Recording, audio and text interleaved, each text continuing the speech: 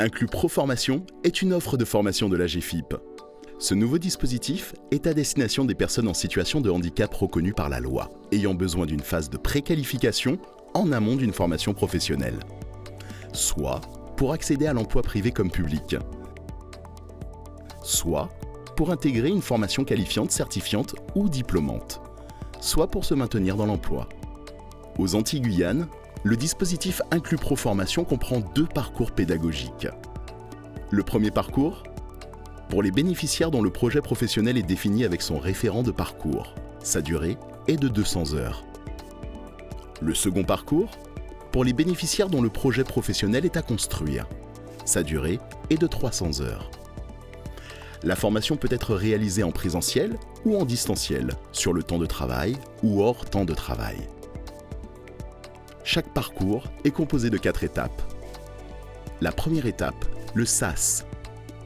Il s'agit d'un entretien individuel d'une durée maximale de 20 heures qui permet de vérifier l'éligibilité du demandeur, de mettre en place un diagnostic des besoins, notamment de déterminer les modalités pédagogiques de la formation comme son rythme par exemple, de définir les actions de formation personnalisées à réaliser, d'identifier les moyens de compensation des freins liés au handicap, comme par exemple des difficultés de déplacement, des aménagements techniques. La deuxième étape, détermination du choix du parcours de formation de 200 heures ou de 300 heures. La troisième étape, c'est la validation du parcours choisi par la signature d'un contrat d'engagement entre le demandeur et l'organisme de formation.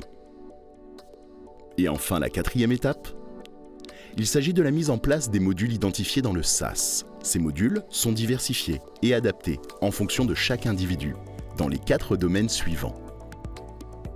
La valorisation des compétences acquises, comme par exemple un module de coaching. La prise en compte du handicap, comme par exemple l'acceptation de ces nouvelles contraintes. L'identification des freins d'accès à l'emploi, comme par exemple un module de perfectionnement informatique. La prise en compte des besoins en formation, comme par exemple les savoirs de base en français. Les bénéficiaires en situation de handicap reconnus ou en voie de l'être. Les référents de parcours orientent le demandeur vers ce dispositif Inclus Pro Formation. Bon à savoir, l'AGFIP sécurise les parcours de formation des stagiaires par la mobilisation d'aides et de prestations. CCDC Guadeloupe, CCDC Martinique, A2C en Guyane. Pour plus d'informations, vous pouvez contacter la délégation Antilles-Guyane basée en Martinique. Avancez avec l'AGFIP.